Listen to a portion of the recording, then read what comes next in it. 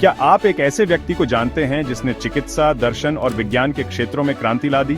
मिलिए अबू अली अल हुसैन इब्न अब्दुल्लाह इब्न सिना से, जिन्हें पश्चिम में अविसेना के नाम से जाना जाता है। आज हम आपको इस महान इस्लामी वैज्ञानिक की अविश्वसनीय कहानी सुनाएंगे, जिसका प्रभाव सदियों तक महसूस किया गया। लगभग 980 ईस्वी में फारस के बुखारा शहर के पास अफशाना नामक एक छोटे से गांव में इब्न सिना का जन्म हुआ। बचपन से ही उन्होंने असाधारण प्रतिभा का प्रदर्शन किया। उनकी तीव्र बुद्धि और सीखने की लगन ने उन्हें कम उम्र में ही कुरान और कई वैज्ञानिक और दार्शनिक ग्रंथों में महारत हासिल करने में मदद की। माना जाता है कि उन्होंने 10 साल की उम्र तक पूरा कुरान कंठस्थ कर लिया था। चिकित्सा के क्षेत्र में उनकी रुचि विशेष रूप से गहरी थी। उन्होंने अथक प्रयास किया और 16 साल की उम्र तक एक कुशल चिकित्सक बन गए। उनकी ख्याति इतनी फैली कि उन्हें बुखारा के अमीर को भी ठीक करने के लिए बुलाया गया।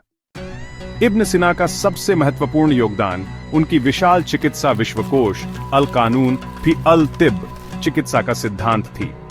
यह पुस्तक प्राचीन यूनानी और इस्लामी चिकित्सा ज्ञान का एक व्यापक संग्रह थी, जिसमें रोगों के कारण, लक्षण और उपचार का विस्तृत विवरण दिया गया था। अल कानून अगले 5 शताब्दियों तक पूर्व और पश्चिम दोनों में चिकित्सा शिक्षा का एक मानक पाठ्य पुस्तक बन गई। इसने यूरोपीय चिकित्सा पर गहरा प्रभाव डाला और पुनर्जागरण के दौरान भी इसका अध्ययन किया जाता रहा। चिकित्सा के अलावा इब्न सिना एक प्रतिष्ठित दार्शनिक भी थे। उन्होंने अरस्तु और नव प्लेटोवादी विचारों को इस्लामी धर्मशास्त्र के साथ एकीकृत किया।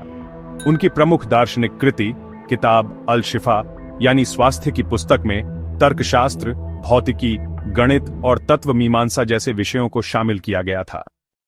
विज्ञान के अन्य क्षेत्रों में भी इब्न सिना का योगदान महत्वपूर्ण था। उन्होंने खगोल विज्ञान में वीनस के पारगमन और सुपरनोवा एसैन 1006 का अवलोकन किया। उन्होंने भौतिकी, प्रकाशिकी, मनोविज्ञान और संगीत सिद्धांत पर भी लिखा।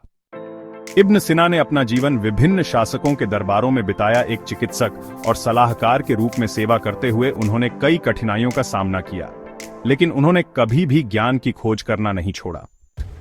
1037 ईस्वी में हमदान में इब्न सिना का निधन हो गया, लेकिन उनकी विरासत आज भी जीवित है। उन्हें इतिहास के सबसे महान चिकित्सकों और विचारकों में से एक माना जाता है, जिनके कार्यों ने पूर्वी और पश्चिमी विचारों को जोड़ा और सदियों तक बौद्धिक विकास को आकार दिया। इब्न सिना का काम हमें विज्ञान, चिकित्सा और दर्शन के प्रति जिज्ञासा और ज्ञान की निरंतर खोज के महत्व की याद दिलाता है। वह वास्तव में इस्लामी स्वर्ण युग के एक महानतम रत्न थे। इब्न सिना को याद रखें, एक ऐसा नाम जो ज्ञान, नवाचार और मानव बुद्धि की अदम्य भावना का प्रतीक है। इस चैप्टर में हम बात करेंगे इस्लामिक स्कॉलर्स के इन्फ्लुएंस के बारे में और दुनिया को उनके कॉन्ट्रीब्यूशंस के बारे में। ये इस्लामिक स्कॉलर्स विजडम, एनलाइटनमेंट और सोशल प्रोग्रेस के पिलर्स रहे हैं। इनकी लेगेसी, जो इस्लामिक फिलॉसफी में डीपली रूटेड है, आज भी फ्यूचर जनरेशंस को गाइड और इंस्पायर करती है। ये स्कॉलर्स, जो इस्लामिक नॉलेज के पिनिकल थे, विजडम और ट्रूथ की खोज के लिए जाने जाते हैं। ये इंटेलेक्चुअल क्यूरियोसिटी और नॉलेज की रिलेंटलेस क्वेस्ट को एम्बॉडी करते हैं। इनके कॉन्ट्रीब्यूशन साइंस, मेडिसिन, फिलॉसफी और आर्ट्स जैसे वेरियस डिसिप्लिन्स में है। इनका काम इस्लामिक सिविलाइजेशन के प्रोफाउंड इम्पैक्ट को ग्लोबल स्टेज पे दिखाता है। इनकी अचीवमेंट्स को रिकॉग्नाइज और सेलिब्रेट करके हम इनकी मेमोरी को ऑनर करते हैं और इंश्योर करते हैं कि इनकी लेगेसी हमें नॉलेज और अंडरस्टैंडिंग की परस्यूट्स में इंस्पायर और गाइड करती रहे। चलो, इनकी एग्जेम्पलरी लाइव्स से इंस्पिरेशन लेते हैं और इनके dedication to learning and discovery को एम्यूलेट करने की कोशिश करते हैं।